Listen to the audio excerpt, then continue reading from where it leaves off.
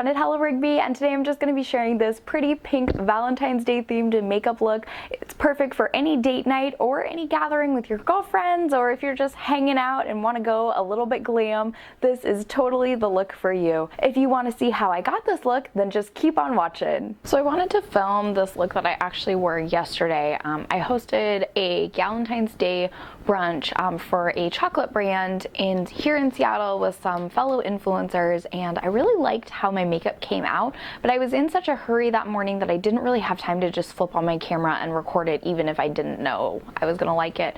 So I wanted to recreate the makeup, so it may not look exactly the same as it originally did, but I think I'll come pretty close because it was actually really easy. So what I used was this Art Deco beauty box that I actually created on their website. So you can buy this outer casing and then you can fill it with their products. They just clip in. It's really pretty cool actually, because you could buy a bunch of colors that you would use all the time, or you could buy some that you could kind of switch in and out and then travel with. So what I put in here was 4 eyeshadows, a concealer, and then a blush, and I think all the colors go really well together, and they're also really great for Valentine's Day. That was kind of the theme I went for with this. I wanted to do something kind of girly and pink and pretty, and I really loved how the colors ended up turning out. So I'm just gonna jump into the tutorial, and I'm just gonna kind of do a talk through the tutorial so you kind of know what I'm doing as I'm doing it. So this is a kind of nude color that I'm gonna use in my crease, and I'm just gonna take that with windshield wiper motions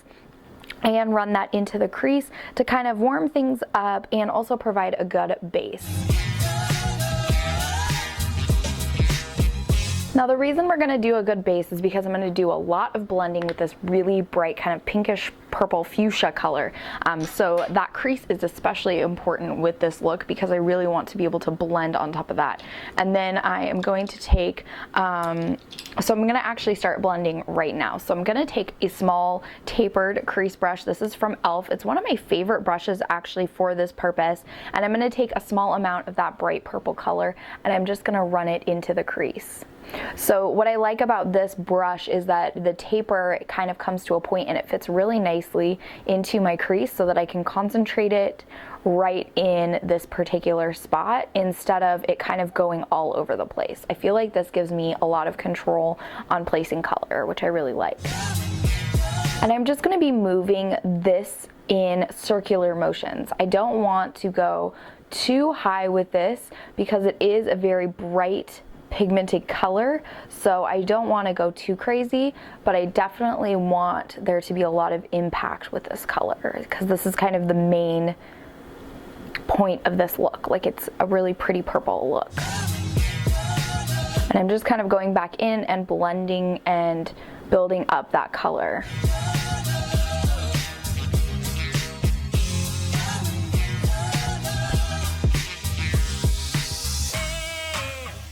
Alright, so with the purple in place, I'm actually going to go back in with a flat shader brush. This is the Sigma E55, and I'm going to take this lighter pink color and I'm going to be putting that onto the lid. And I'm just kind of tapping this on so that the pigment doesn't kind of dust away. This is a shimmery shade, and so sometimes if you don't pat on, it can kind of just disappear. It is a little bit more powdery. And I really want to focus that light color in the inner third of the eyelid because I really want my eyes to pop. I want that like pop look so that the inner corner, the whites of my eyes really stand out. Kind of gives a more youthful appearance that way. And then I'm just gonna go back in with this purple color and kind of blend these two together here, and then I'm also going to add a bit more of the purple kind of at the back third of the eyelid.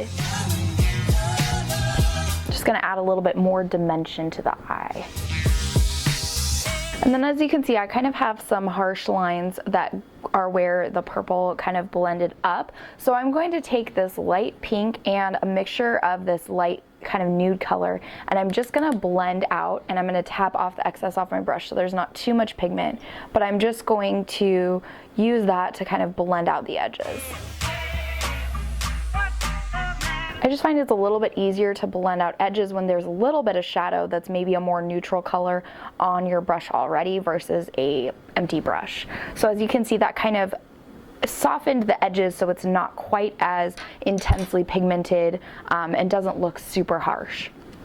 I am going to go in one more time though with an even bigger, fluffier brush. This is a Morphe M461 brush, and I really like this because it's a very loose brush along the edges, and so it really helps blend any harsh lines out, and I do not put any shadow when I do this.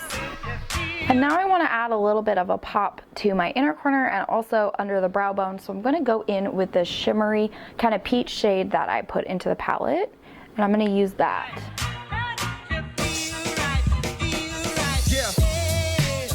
And then with that bright purple shade, I'm just going to run it along the lower lash line on a small smudger brush.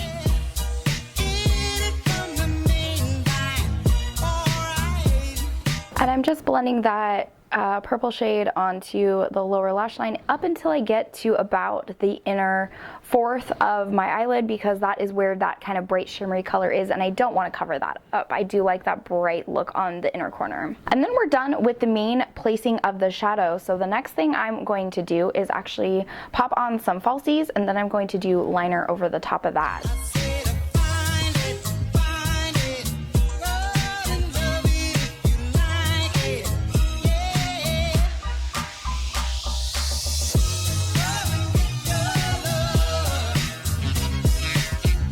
And then to line, I'm just going to be using the Physicians Formula Eye Booster Eyeliner in Very Black, or Ultra Black.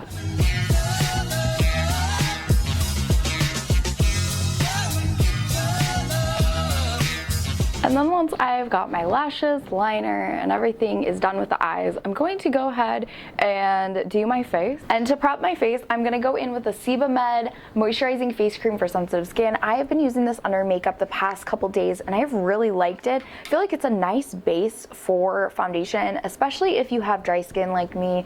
It just feels really soothing on the skin. It's non-irritating, and it makes for a really great base. And please ignore this monster. It is about to be that time of the month, so you know, I get one pimple, I feel like, every month on my chin, and it drives me crazy, but it is what it is.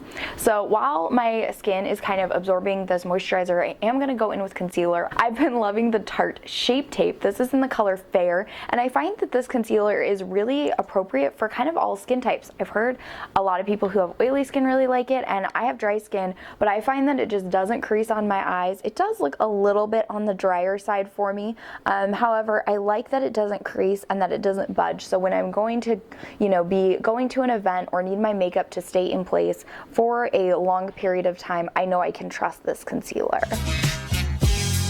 And I'm just going to be dotting this on the areas that I need a little bit of redness coverage and also want to kind of highlight. So for me, that's on the chin, a little bit around the nose, and then under the eye. Not going to worry too much about the zit yet. I'm going to pop a little bit of extra coverage on that after I put on foundation. And then to blend this all out, I've been using the Real Techniques diamond sponge, and I've really been liking this. I like this point because it fits so nicely right in the under eye area and allows me to get that inner corner where I generally have the most darkness. So I really like this.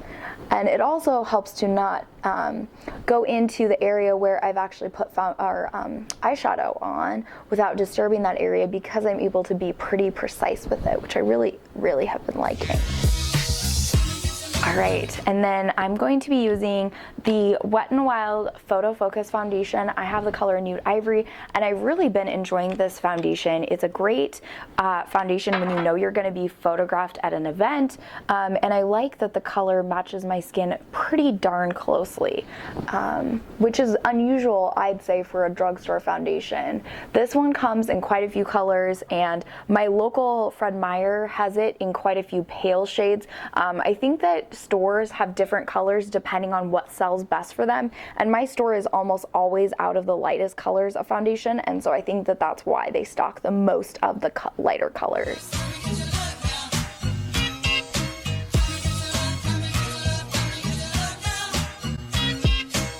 And And the reason I skipped primer today was because my skin has been very dry this week, and so I've noticed that when I add a primer, it often kind of ends up making my face look a little bit cakey in some of those areas that are exceptionally dry right now.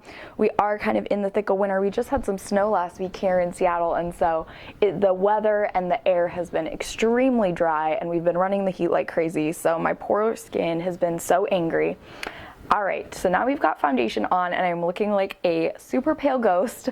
I'm gonna go in and add some color to my cheeks, and I have been loving the Physicians Formula Bronze Booster Contour. I have loved this contour color here in the middle and also this highlighter. I've been using that pretty much every time I've been doing my makeup lately, and it's been a go-to. So I'm just gonna dot the highlight color under my eyes to set that foundation and concealer.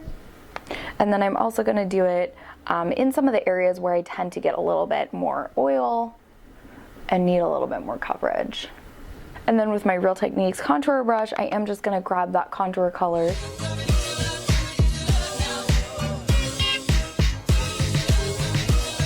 And then I'm just going to blend it out with a big fluffy powder brush. And one more thing that I do for events that I don't generally do every day is use contour along my nose. I just find for me it looks great in event photos, but I don't really feel the need to do it on an every single day type of basis. So I just gently put a little bit of contour, and I do use the brush that comes with it, as I find this is the perfect size to just use on my nose. And then I'll just blend that out with that same fluffy powder brush. I just don't want any harsh lines, and then I'm just gonna go back in with that highlight color and just go down the center. And then something I've been loving to highlight with is the Essence eyeshadow in Snowflake. I think it's a really pretty color, especially for this time of year.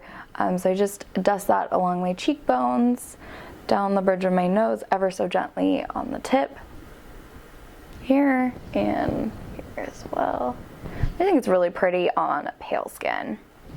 All right, and the final face color that I'm going to be adding is this kind of raspberry colored blush from ARTDECO Cosmetics, and I'm just going to put that right on the apples of my cheeks. It's a very pretty pink color. I would say this is appropriate for most skin tones.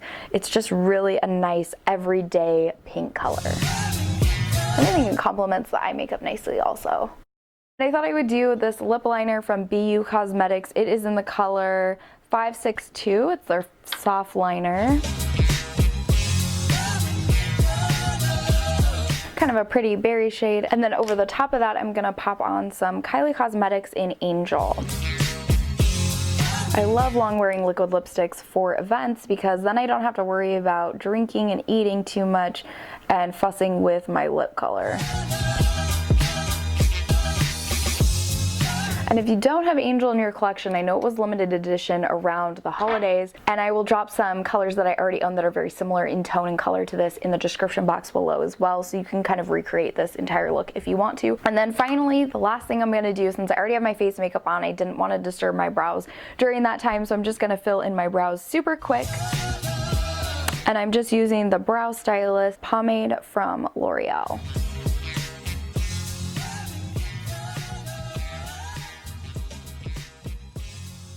And then just blending the color into my brows. Doesn't look too harsh or crazy.